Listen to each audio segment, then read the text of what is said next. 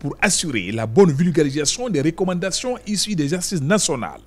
Les secrétaires généraux, chefs de cabinet des différents départements ministériels et directeurs généraux des BSD prennent part à cet atelier d'approbation des outils de suivi des 45 recommandations issues des assises nationales.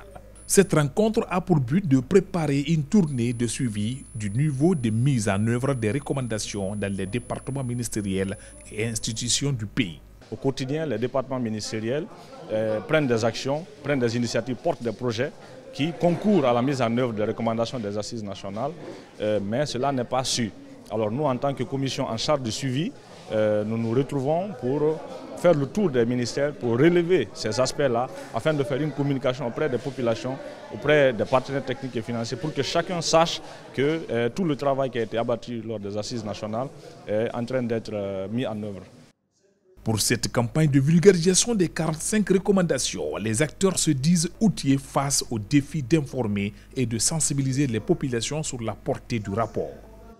Nous avons tenu à organiser cette rencontre d'échange pour non seulement permettre aux secrétaires généraux et certains cadres des différents départements concernés de s'approprier ces 45 recommandations, mais aussi des outils de collecte, parce que nous allons pour collecter les données, pour voir qu'est-ce qui est fait, comme je l'ai rappelé, qu'est-ce qui reste à faire. On s'est rendu compte qu'on a balayé par 2 fois l'intérieur, mais Conakry était laissé pour compte. C'est maintenant nous voulons organiser ici, faire les départements ministériels et aller après vers les universités de Conakry. C'est très important. Le ministre directeur de cabinet de la primature, au nom du Premier ministre chef du gouvernement, invite les secrétaires généraux à toujours inscrire la question de la réconciliation nationale au centre de leurs actions. Cette mission cruciale et délicate que nous avons la responsabilité de conduire nécessite l'implication effective des acteurs à tous les niveaux, plus particulièrement les secrétaires généraux que vous êtes et les directeurs généraux des PSD, dont les missions et attributions corroborent avec les 45 recommandations.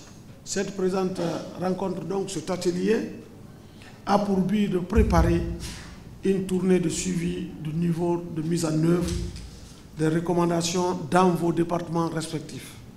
Dans le cadre de l'accomplissement de ces missions, la commission technique du comité de suivi et de mise en œuvre des recommandations s'engage à relever les facteurs bloquants en vue de proposer des solutions permettant de faciliter la mise en œuvre de ces recommandations.